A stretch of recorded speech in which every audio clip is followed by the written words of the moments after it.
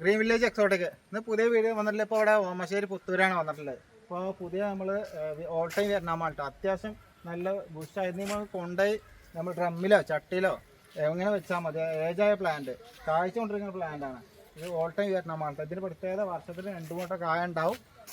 നല്ല കായ ഉണ്ടാവും. നമ്മൾ അധികം ഉയരം വെക്കൂല. അപ്പോൾ ഏജായ പ്ലാന്റാണ്. അത്യാവശ്യം നിങ്ങൾക്ക് ഒരു പ്ലാന്റിനും ഫ്ലവറിൽ കായ ഇല്ലാത്തുണ്ടാവില്ല. എല്ലാ പ്ലാന്റിലും കായ പിടിച്ച പ്ലാന്റുകളാണ്.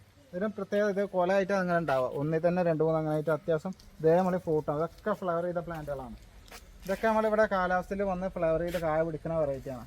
അപ്പോൾ ഇത് വരുന്നത് ഏജായ പ്ലാന്റ് 1500 രൂപയാണ് വരുന്നത്. ഇത് ഓഫറിൽ 10% ഡിസ്കൗണ്ട് ഉണ്ട്. അപ്പോൾ വേണ്ടവർക്ക് ഇവിടെ ഓമശ്ശേരി കൊടുവള്ളി ബ്രാഞ്ചിൽ ഓമശ്ശേരി ഇവിടെ ബ്രാഞ്ചിൽ അവൈലബിൾ ആണ്.